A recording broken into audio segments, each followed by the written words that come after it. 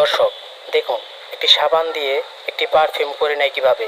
মেয়েটি সাবান নিয়ে আসলো এবং ছেলেটিকে দিল। সে বলল, ঠিক আছে, একটু অপেক্ষা করুন, আপনাকে এক্ষুনি আমি পারফিউম তৈরি করে দিচ্ছি। দেখুন কীভাবে একটি পারফিউম তৈরি করে।